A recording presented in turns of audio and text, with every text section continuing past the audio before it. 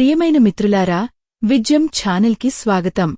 గతంలో skin routine లేదు కాని ఇప్పుడు అది చాలా వైరల్ అయింది. అందరూ తమ స్కిన్ రొటీన్ గురించి మాట్లాడుకుంటారు. గతంలో మనమందరం 2 నుండి 3 ఉత్పత్తులను ఉపయోగించేవాళ్లం మరియు స్కిన్ను నిర్వహించగలిగేది. నేడు మార్కెటింగ్ వ్యక్తులు ఈ ఆట ఆడుతున్నారు మరియు డబ్బుకోసం ప్రభావితం చేసేవారు ఇన్ఫ్లుయెన్సర్స్ ఈ రొటీన్లను సృష్టిస్తున్నారు. మీరు 8 స్టెప్ రొటీన్ గురించి విన్నారా? నేడు కొరియన్ మార్కెట్ ఎందుకు అగ్రస్థానంలో ఉంది? చాలా ఉత్పత్తులను ఉపయోగించడం నిజంగా అవసరమా? దయచేసి మోసపోకండి. పూర్వం ప్రజలు సబ్బు, బేసిక్ క్రీమ్ను ఉపయోగించారు.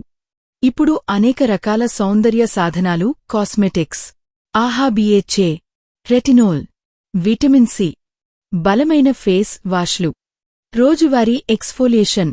అలాగే మీ ముఖచర్మం సున్నితంగా ఉంటుంది, మిమ్మల్ని నమ్మేలా చేస్తాయి.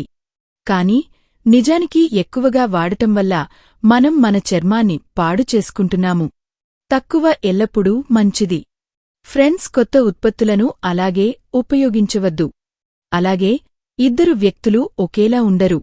కాబట్టి ఇతరుల చర్మ రొటీన్ను గుడ్డిగా అనుసరించవద్దు.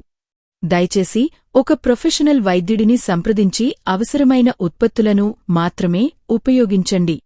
ప్రొఫెషనల్ స్కిన్ స్పెషలిస్ట్ విషయంలో జాగ్రత్తగా ఉండండి, ఎందుకంటే వారిలో కొందరు తమ ఉత్పత్తులను స్పాన్సర్లుగా సూచిస్తున్నారు.